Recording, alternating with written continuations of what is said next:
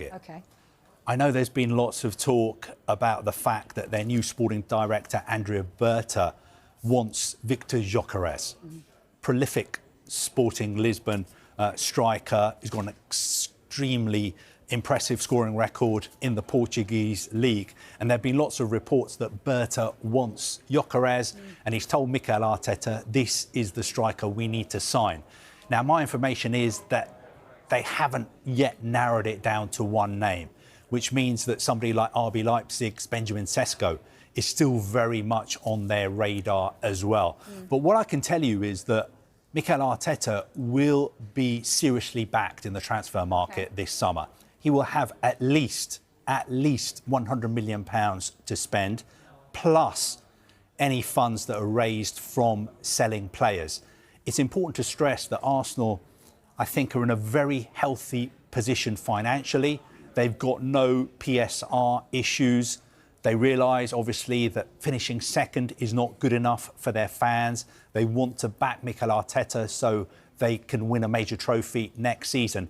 That is why I'm convinced they'll be signing a striker this summer. They're very, very confident as well of signing Martin Zubimendi from Real Sociedad. He's a player who Bayern Munich have tried to sign, Liverpool have tried to sign. I am sure that he will become an Arsenal player. They will trigger his release clause, €60 million at the end of the season. So make no mistake, this is going to be a big, big summer for Arsenal. And Mikel Arteta, he said it himself a couple of weeks ago that this will be a big summer for them in the transfer market. So I know there's lots of Arsenal fans out there putting pressure on the club to spend big this summer. I'm not saying that Arsenal are going to go crazy. They're not just going to throw their money around. They will still be careful, but Mikel Arteta will be backed at least £100 million. I wouldn't be surprised if you take into account the players who could be leaving if their final outlay wasn't close to £200 million.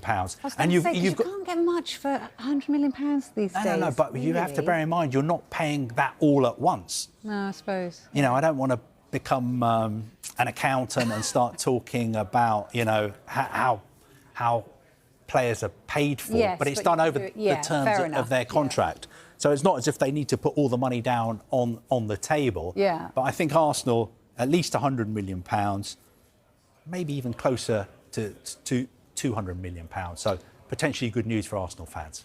Getting a striker, of course, is another, and that is going to be what all eyes are on this summer. Arsenal's recruitment plans are vast, and at the top of the list is a number 9. Now, there are fewer of them in the market than they would like. There's an imbalance in supply and demand, but there are some options. We've been talking for so long about Alexander Isak. Of course, Arsenal and Mikel Arteta really like him, but I don't think that's realistic for them or probably for anybody else. Let's see if Newcastle finish in the Champions League or not. Even if they don't and he's available for sale, it will be a huge price, and I don't think that is realistic. So then they look at the likes of Benjamin Sesko. They've done a lot of work on, but I do think they have some reservations around him, maybe on the price, maybe on the player. Let's see. He remains in the mix, as does Viktor Gyökeres of Sporting Lisbon. Huge reports from myself and others in recent months on him. He's a player their sporting director, Andrea Berta, really likes. He is possibly the best value for money option out there.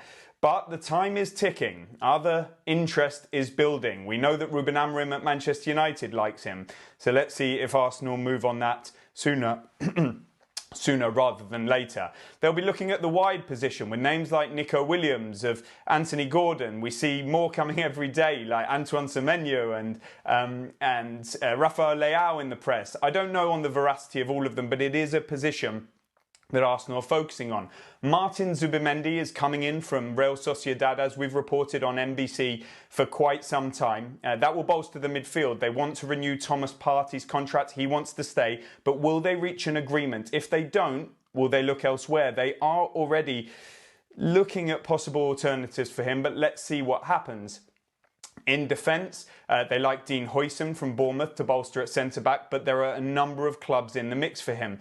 There may be a left-back who comes in, with Kieran Tierney leaving and Alexander Zinchenko available for transfer with just a year left on his contract. Raheem Sterling will leave. Will there be new contracts in players like Leandro Trossard, who's under contract until 2026? There are reports breaking just before we went on air that Arsenal are in talks to renew him.